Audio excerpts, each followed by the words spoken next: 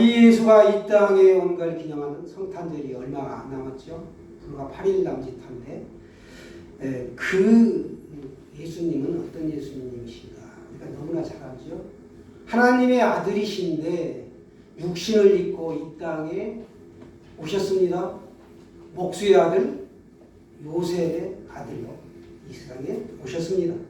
오늘 본문은 그 예수님을 어떻게 소개하는가 하면 이제도 계시고 전에도 계셨고 장차 오실 이시다 라고 소개하고 있습니다. 예수님은 지금 계시고 전에도 계셨고 장차 오실 분이시라는 것입니다. 예수님은 이렇게 시공간을 초월하시는 분이십니다. 그러나 우리 몸은 그럴 수 없죠. 내 몸이 여기 익산 땅에 지금 예배드리고 있는데 서울에 가 있을 수가 없다라는 것입니다. 우리는 시간과 공간에 묶여서 사는 제한된 존재입니다. 유한한 인간이죠. 그래서 이런 우리에게 시공간을 초월하시는 예수님은 필요한 은혜 부어주시기를 원하십니다. 예수님은 어떻게 우리에게 은혜를 부어주시느냐? 우리의 시간 안으로 들어오셔서 일하십니다. 계시록의 내용을 우리가 올바르게 받아들이기 위해서는 우리의 이 사고가 시간과 공간을 아무런 제약 없이 넘나들 수 있어야 한다라는 것을 오늘 계시록은 가르쳐주고 있습니다. 여러분, 우리 인간이 알아야 할 가장 중요한 세 가지가 있다면 그게 그 세 가지가 무엇인가 입니다. 첫째는 하나님이라는 겁니다. 신에 대해서 우리가 알아야 된다. 두 번째는 인간입니다. 사람에 대해서 알아야 합니다. 세 번째는 시간입니다.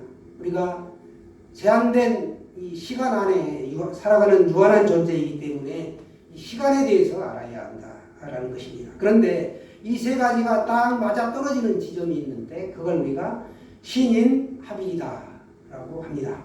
4절을 보시면 계시록이 편지 형식으로 쓰게 된 어떤 직접적인 계기가 나와 있습니다. 그걸 언급하고 있는데요. 사도 요한이 아시아 지역에 있는 7 교회에 편지를 보냈다라고 작성했다라고 쓰여 있습니다. 7 교회를 상징하는 것, 7 교회에 의미가 있죠. 계시록을 기록할 당시 아시아에 7 교회만 있었느냐? 그렇지 않았죠. 다른 교회들도 많이 있었죠. 그런데 그 7 교회와 또 로마와 그 근방에 있던 모든 예루살렘에 있는 교회들을 포함하여 예수님이 재림하시면 이 땅에 존재하는 모든 교회들, 하나의 교회, 전체의 교회를 통틀어서 말씀하고 계시는 것입니다. 완전한 교회를 말씀하고 있는 것이죠. 7은 완전수입니다. 사도 요한은 그것을 7이라는 숫자를 통해서 말씀하셨던 것이죠. 사도 요한은 말대로 예수님은 지금 이 시간에도 계시고 전에도 계셨고 장차 오실 분이다 라는 것을 강조하고 있습니다. 예수님은 하나님이신데 다만 우리가 그 예수님을 못 만나는 것, 그 하나님을 못 만나는 건 뭐냐? 우리가 미래의 시간대로 갈 수 없기 때문에 그렇다라는 것입니다. 그럼에도 사도 요한이 이렇게 시간과 관련하여 예수님을, 하나님을 언급하고 있습니다. 하나님은 구약에 보시면 나는 스스로 있는 자다. 출애굽기 3장 14절에 보시면 모세에게 그렇게 말씀하십니다. 나는 스스로 있는 자이니라 라고 자신을 스스로 밝히십니다. 사도 요한은 바로 이러한 스스로 있는 자라는 하나님의 이름을 시간의 개념에서 확장하고 변형하여 오늘 이제도 계시고 전에도 계셨고 장차 오실 이다 라고 표현한 것입니다. 이러한 표현을 볼 때 하나님은 어느 시간대에는 계시는 분이다 라는 것을 우리가 알 수 있습니다. 그러니까 시간의 흐름에 전혀 구애받지 않는다라는 것이죠. 과거, 현재, 미래의 시간 흐름 안에 계시는 것이 아니라 이 하나님은, 예수님은 시간 밖에 계시는 분이다 라는 것입니다. 시간을 만드시는 분이 하나님이시고 그때 같이 도역했던 분이 성령님이시고 예수님이시죠. 그러니까 우리가 쉽게 설명하면 어떤 거냐면 아브라함이 4,000년 전의 사람인데요. 이 사람이 그 자기의 지금의 시간에서 하나님을 만났습니다. 또 솔로몬이 3,000년 전의 사람인데 다윗도 그랬고 다윗의 아들인 솔로몬도 3,000년 전에 자기의 시간대 안에서 지금의 하나님을 만났던 것이죠. 예수님도 예수님의 그 공생의 기간 중에 자기의 시간에서 하나님을 만났습니다. 그럼에도 불구하고 예수님은 시간 밖의 보좌에 계시는 분이다라는 것입니다. 그리고 하나님은 시간 속에 살아가는 우리들을 향하여 내려오신 분이신데 우리의 눈높이에 맞추어서 이 땅에 강림하신 것이죠. 그분이 바로 예수님이시다라는 것입니다. 그럼에도 불구하고 이 시간 안에 계시지 않고 보좌가 어디에 있다? 바깥에 계시다라는 것을 기억하십시오. 하나님은 영원이라는 차원에 계시고 우리는 시간과 공간이라는 어떤 차원에 대한민국이라는 지구에서도 대한민국이라는 이 좁은 땅덩어리 안에 익산 지역의 예수 그리스도 교회에 나와 예배를 드리고 있습니다. 하나님은 우리를 사랑하고 싶으셔서 이 지구에 인간을 창조하시고 이 땅에 예수님으로 오신 것이죠. 그런데 우리가 죄로 인해 가지고 이 완전한 형상이 찌그러들었고 하나님을 이 쏙빼 닮은 그 형상 그대로 원행대로 있어야 되는데 인간은 하나님으로 만족하지 못하고 하나님의 품을 떠났다. 또 그러고 싶은 것이 인간의 본능이다. 욕심이 있었기 때문에 자기의 욕심 때문에 자기 스스로를 사랑하여 하나님을 떠난 것입니다. 인류는 발전을 계속했습니다. 인류 문명은 계속적인 눈부신 비약적인 발전을 거듭했지만 거기에 반해 우리의 인간성은 따라가지를 못하고 발전하지 못하고 있습니다. 그렇지만 우리는 하나님을 닮은 사람이다 라는 것입니다. 여러분 자부심과 긍지를 가지십시오. 믿음은 자라는 것이다. 씨앗을 심으면 움이 트고 잎이 나고 줄기가 자라고 열매가 맺고 결실하게 되죠. 그것처럼 시간이 좀 걸린다는 거예요. 우리가 믿음으로 아멘하여 말씀을 받고 뭔가 곧 이루어지는 것 같고 큰 은혜를 받지만 단박에 막 어떤 눈에 보이는 결실이 안 나타날 수도 있다. 좀 시간이 걸릴 수 있다는 것이죠. 우리는 믿음을 보여야 할 사람들인데 무엇으로 우리가 믿음을 보일 수가 있는가? 특별히 언어 생활로 보일 수 있습니다. 그래서 그 사람을 알려면 그 사람이 말하는 것을 들어보라 라고 말하였습니다. 마찬가지로 우리가 시간과 공간이라는 이 제약된 곳에 갇혀 살고 있는 우리는 시간과 공간을 만드시고 시간과 공간 바깥에 계시는 하나님을 만나 교제를 해야 됩니다. 교제하는 게 뭐죠? 영적인 호흡, 대화, 기도이죠. 기도할 때 우리가 변화를 받는다라는 것입니다. 그리스도인의 시간 개념은 수평선적 시간 개념이다. 수평선적. 이 수평선이 시작이 되면 쭉 가서 종말이 있는 거예요. 무진장구 윤회사상처럼 돌고 도는 게 아닙니다. 우리는 시작이 있고 끝이 있다. 역사에는 반드시 시작이 있고 끝이 있다 하는 것입니다. 그래서 우리 그리스도인의 시간 개념은 수평선적 제한 개념이다 라는 것을 기억하십시오. 시간은 토막이고 제한된 것이다 라는 것입니다. 그러나 영혼은 시작도 끝도 없다 라는 것이죠. 시간과 공간에 갇혀 살고 있는 우리가 영원 안에 계시는 하나님을 만나야 된다라는 것입니다. 이것이 사도 요한이 우리에게 가르쳐주는 믿음의 내용입니다. 우리는 시간과 공간 안에 살아가면서 다양한 문제를 마주칩니다. 과제를 마주합니다. 그런데 이 모든 일들은 시간과 공간 바깥에 계신 하나님에 의해 주관되고 있다. 다스려지고 인도되고 있습니다. 따라서 시간과 공간 안에서 지금 일어나고 있는 복잡한 문제와 과제와 이런 인생의 모든 문제의 해답은 시간과 공간 바깥에 계시는 하나님의 손에 달려 있다라는 사실입니다. 그럼 우리는 마음의 걱정과 근심과 불안하게 하는 그런 사건들을 주관하시는 하나님 앞에 다 맡기고 올려드리는 것입니다. 내가 해결하려고 하면 해결될 수가 없습니다. 그분이 주관하시는 것을 내 인정으로 한다? 어렵죠. 우리 눈에 보이고 귀에 들리는 시간과 공간의 모든 일들은 영적인 세계와 연결되어 있다. 그런데 그럴 수 없다. 내가 그걸 믿지 못한다. 그러면 응답이 없다라는 거죠. 응답 받을 수가 없다.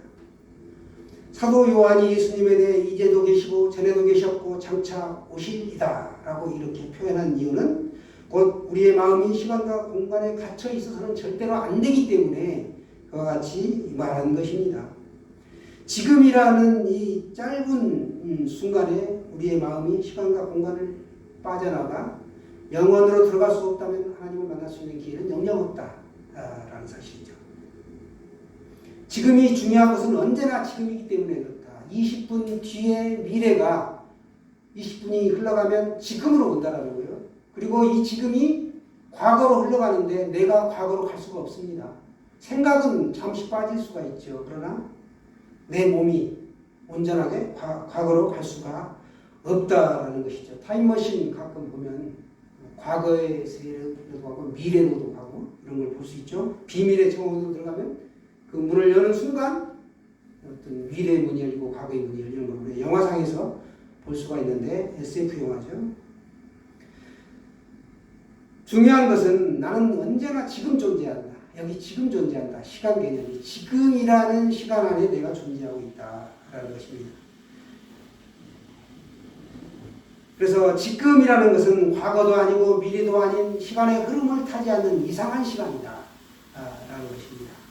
한 시간 뒤에 미래는 이제라는 시간으로 지금 흘러올 것이지만 그때가 온다. 이거 내가 과거로 갈 수가 없다. 나는 여전히 지금에 머물러 있을 수밖에 없다라는 것이죠. 하나님께서 우리에게 지금이라는 신비한 이 시간을 허락하신 이유는 우리가 시간 속에 살고 있고 우리가 영원으로 진입에 들어갈 수 있는 타이밍이 지금이기 때문에 지금이라는 것을 우리에게 선물로 주셨습니다. 우리가 영원 속으로 들어가지 않는 한 시간의 흐름 속에서 일어나는 일에 대한 대답은 없다라는 것입니다. 언제나 과거나 미래가 아닌 오직 지금이 있을 뿐이다. 우리의 인생은 지금이 중요하다는 것이죠. 그래서 세 가지 금덩어리 중에서 황금, 소금, 지금이라고 그랬죠. 요즘은 입금, 파라이스 이런 것들이 중요하다고 하는데 들어가지 않는 한 시간의 흐름 속에서 일어나는 일들에 대한 답이 존재할 수가 없다. 지금이 중요하다는 것입니다. 나중에 하겠다라고 미룰 수 있는 일이 아니다라는 것입니다. 지금 하나님을 부르며 시간과 공간을 빠져나가지 않는 한 하나님과 영원히 만날 수 없고 하나님과 교제할 수 없다. 내가 이 지금이라는 타이밍을 놓치면 내 인생이 끝나버리는데 하나님을 만날 수 없는 거죠. 여러분의 삶에 만일 문제가 생겼고 그 문제에 답을 얻고 싶고 올바르게 행동하고 싶다면 여러분의 마음은 시간과 공간을 빠져나가야만 한다라는 사실입니다. 우리는 하나님이 주관하시고 만드시는 세상 속에서 살아갑니다. 그런데 시간과 공간을 하나님이 만드셨습니다. 우리는 이러한 시간과 공간 속에서 문제에 부딪힐 때마다 시간과 공간을 만드신 하나님 아버지께로 나아가야 합니다. 하나님께로 가야 하는 시간이 바로 지금이기 때문에 그렇다라는 것입니다. 이제도 계시고 지금 계시다는 소리죠. 전에도 계셨고 장차 오신다. 이런 표현은 우리가 지금이라는 타이밍에 거듭 말씀드리지만 빠져나가지 않으면 하나님을 만날 수 없다라는 것입니다. 하나님과 우리가 인격적으로 교제할 수 있죠. 시간과 공간의 한계를 뛰어넘어서 내가 마음으로 영으로 하나님께 갈 수 있습니다. 교제하는 것입니다. 믿는 사람들은 이 세상의 근심, 걱정 여기에 매여있지 않습니다. 왜냐?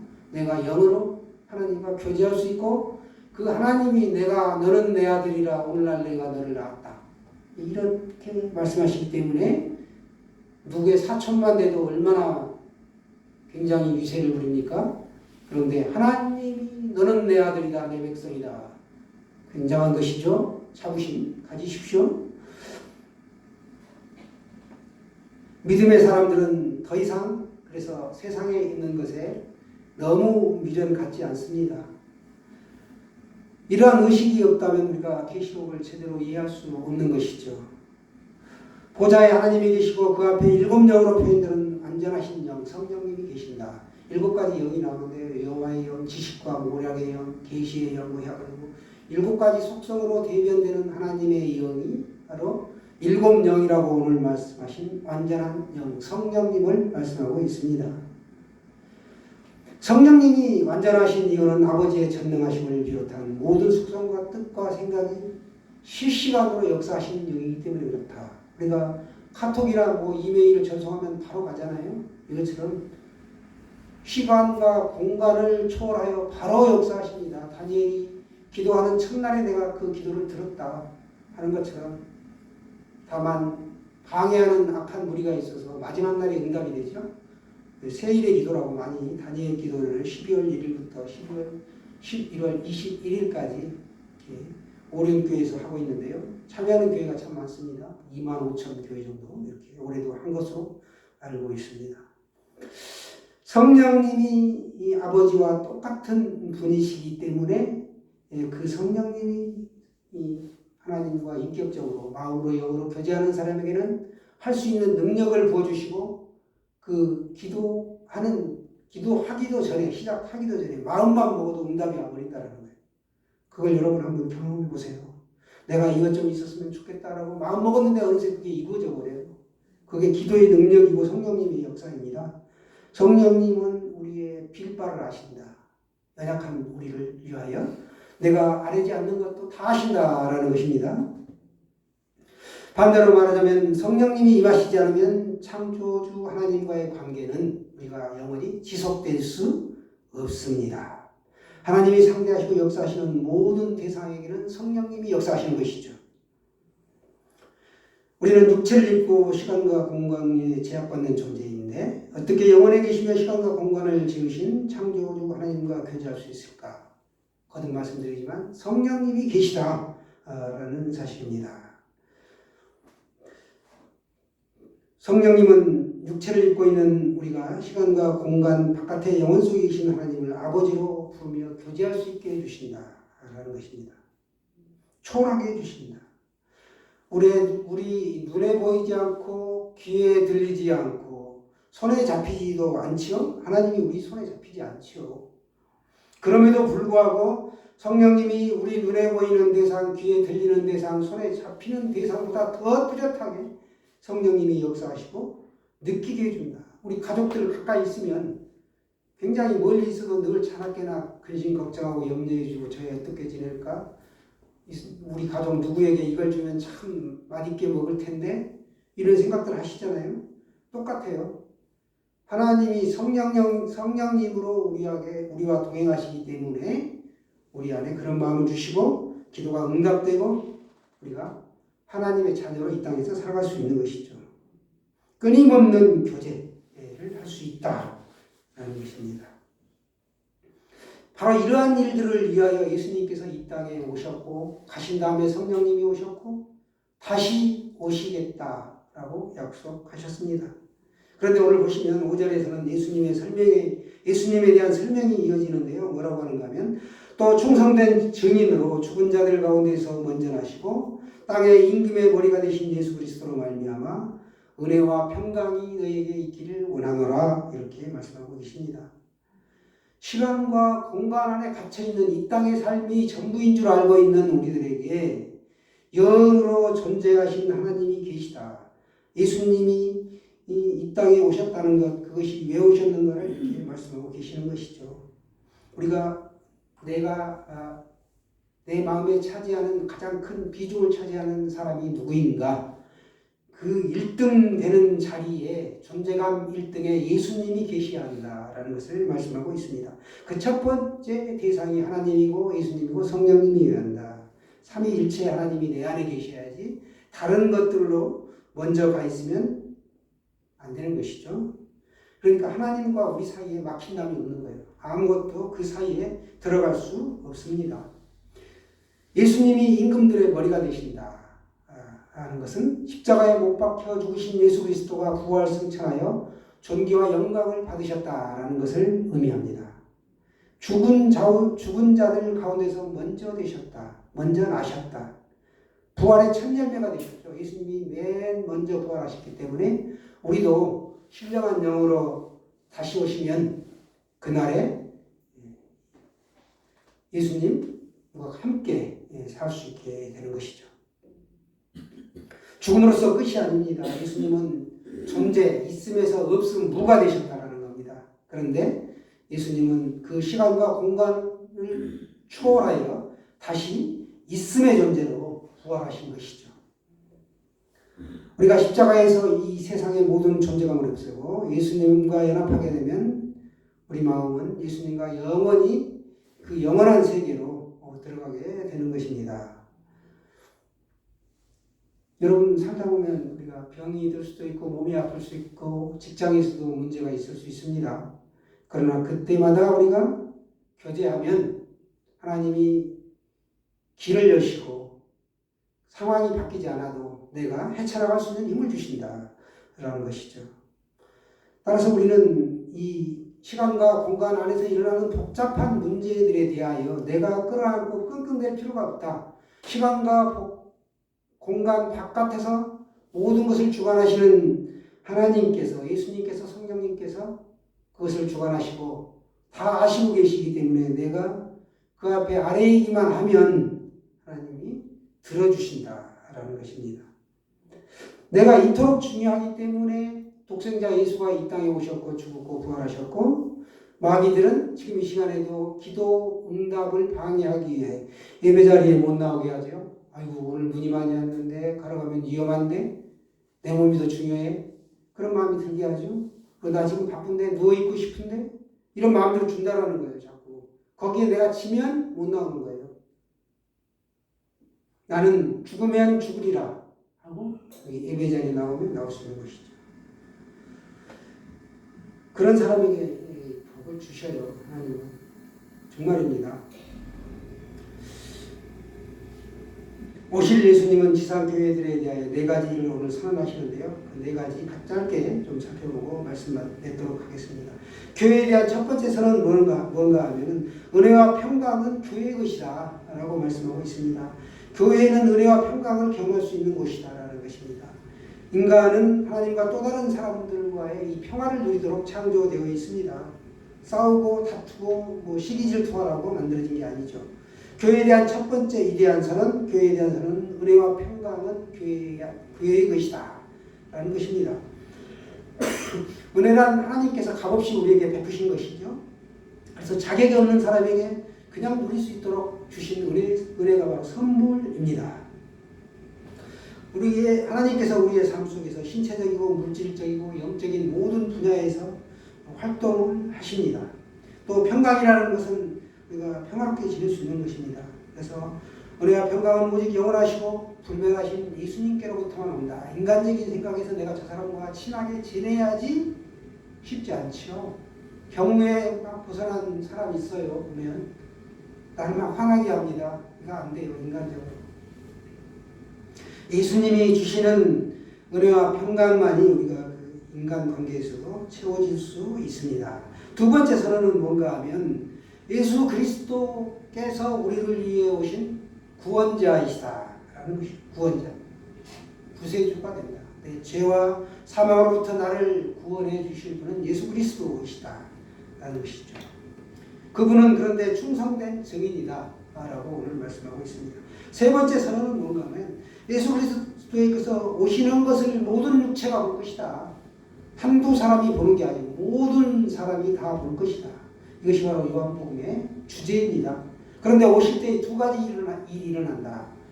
첫 번째는 모든 사람이 그것을 본다라는 것이고 두 번째는 예수 그리스도를 거부하고 그분을 못 박은 사람들, 예수 그리스도를 배척하고 끝내 마음의 구세주로 받아들이지 않는 사람은 심판을 받고 애곡하는 날이 있을 것이다 라는 것입니다. 그걸 모든 사람들이 목격할 것이다 라는 것이죠. 그들은 지금도 보면 세상에서 예수를 믿지 않는 사람들은 예수 그리스도를 세계 4대 성인 중에 한 사람이다 라고 인본적으로 생각을 해요. 사람의 몸으로 왔는데 위대한 가르침을 주시는 선각자, 선지자 또는 성인이다 라고만 여기지 그분의 신성을 부인하고 있습니다. 그분은 하나님이시고 하나님의 아들의 몸으로 이 땅에 왔다라는 것을 거부한다, 부인한다라는 사실입니다. 그러나 그분은 반드시 다시 오십니다. 네 번째 선언은 뭔가 하면 예수 그리스도는 전지전능하신 분이시다라는 것입니다. 오늘 보시면 8절에 예수 그리스도께서는 내가 알파와 오메가이시다. 오메가다. 라고 말씀하고 있습니다. 이 세상의 시작과 끝을 주관하시는 분이다 라는 것입니다. 개인의 종말이 있고 우주적인 종말이 있고 역사의 종말이 있다라는 것입니다. 그런데 예수님을 우리가 영원으로 가는 그 디딤돌로 길로 우리가 받아들이느냐 받아들이지 않느냐, 이건 굉장히 중요하다는 겁니다. 예수 믿는 이유가 뭔가? 예수님이 나의 구세주와 주님이 되시기 때문에 우리가 예수님을 믿는 것이고, 죽음 이후에 실제로 우리가 천국 가기 때문에 예수님을 믿는 것입니다. 그래서 이 요한계시록 전체의 주제를 보면 종말이 반드시 있다라는 것이고, 종말이 왜 있다, 왜 있는가? 심판이 있다. 예수님이 다시 오시기 때문에. 그래서 그 종말론을 뒷받침해주고 있고, 그러면 새 하늘과 새 땅에 들어가게 되는데, 그 나라에 들어가게 되는데 어떤 사람이 들어가느냐? 예수님을 구세주와 주님으로 받아들이고 이 땅에서 살아가는 사람들이 그때 신령한 몸으로 다시 그 나라에 들어가게 된다라는 것을 말씀하고 있습니다. 이게 요한계시록의 핵심 주제죠. 그런데 오늘 저와 여러분이 길이요 진리요 생명 되시는 예수 그리스도를 받아들이시고 내가 그걸 경험하고 살면서 장차 예수님이 다시 오시마 했기 때문에 내가 거기에 맞춰서 열심히 신앙생활하고, 내가 안 되면 안 되기 때문에 누구를 믿는다? 성령님에 의지하여 내가 신앙생활하는 것이죠. 그래서 내 행위대로 내가 노력해서 얻는 것도 있지만 꼭 그렇지만은 않다. 예를 들어서 어항 속에 물고기가 있어요. 금붕어가 있어. 그 금붕어가 하루에 날개짓을 몇 번 하나요? 그건 자기 금붕어 자기 마음이잖아요. 엿장수가 가이질을 몇 번 해요? 자기 마음이잖아요. 이게 하나님이 예비해 주신 대로 하는 게 아니라는 거죠.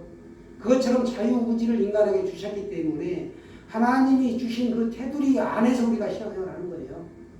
그래서 모든 것이 다 예비되어 있지만 그 안에서 자유의지를 주셨고 밖으로 벗어나면 안 되는 거죠.